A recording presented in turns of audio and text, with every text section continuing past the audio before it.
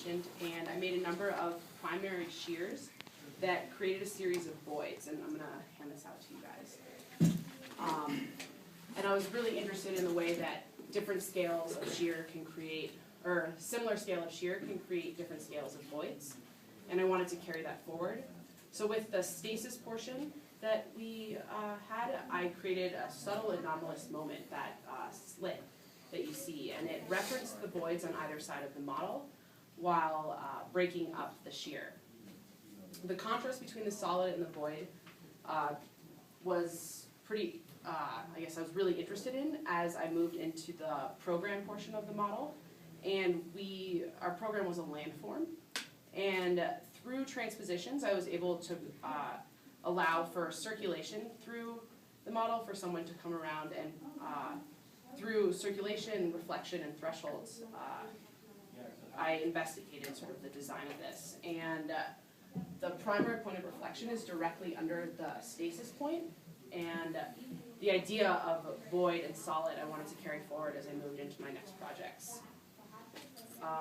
With my additive project, I started off with a series of planes to investigate the idea of cadence, and I was interested in the way that these planes created a series of nested spaces inside, and as well as the idea of transparency that you can see in the abstract model, and the idea of assembly.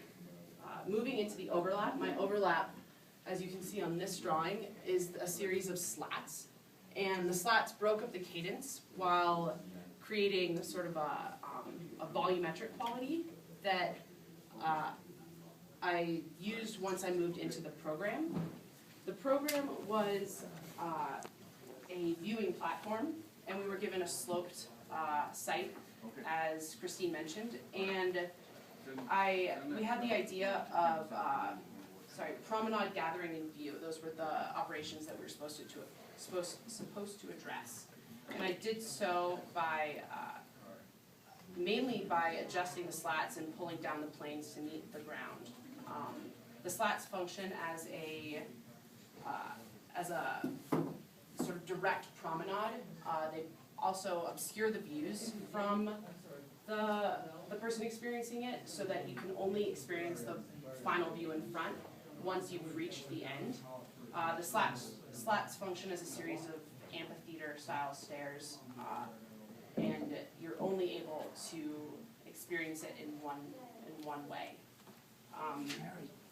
Moving into the hybrid, I wanted to integrate the organizational systems from my subtractive design and take the idea of the solid and the void relationship, as well as the transparency and the assembly from my additive model.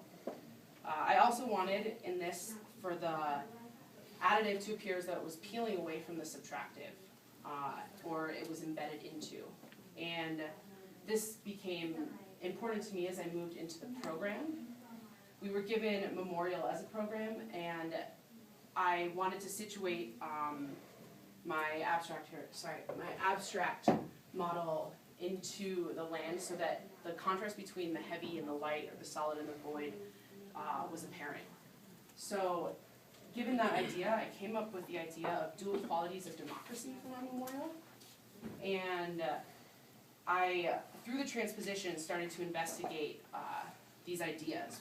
The first transposition was the marker, and a little bit far away, but my transpositions are diagrammed here. And the first transposition with marker, I pulled down these planes to embed the memorial into the ground. I also narrowed the entryway to create a tension and represent a detachment of the populace from the government itself. The narrowed entryway also suggests dual quality between the protective nature of our government versus the oppressive. My second transposition was the idea of transition, and that's here. I thinned out the slats that are from my additive model, and also made them non-structural. This idea alluded to the fact that the people, and the slats sort of represented the populace, the sort of out of many come one idea of democracy. And The non-structural aspect alludes to the idea that while the people may be supporting the government, or sort of the government stands on the feet of the people, there may not be an essential aspect of the system. My last transposition was procession, and I created a very long, narrow entryway into the memorial. It sort of goes out, continuing into the land, and you can only enter into the memorial and experience it from the ground level. There's sort of a restricted view, and you look up and you experience the slats and the inside and the organization of the additive model, and above that is a heaviness overhead, which represents the massiveness and the importance of the federal government and how it's being held up by these pieces, even though they may in fact be non-structural. Once you exit, you experience the transparency aspect that is from my additive model, and the transparency represents sort of the dual qualities between our government is supposed to be transparent, we're supposed to understand everything, but it's sort of blocked off by our initial, by the entrance into it. So it represents sort of the duality between that. And the core of my subtractive model is the idea of these shearing masses. I represented that by creating these voids, the additive sort of peeling away. You can see that on the voids on the front or the other side of the model.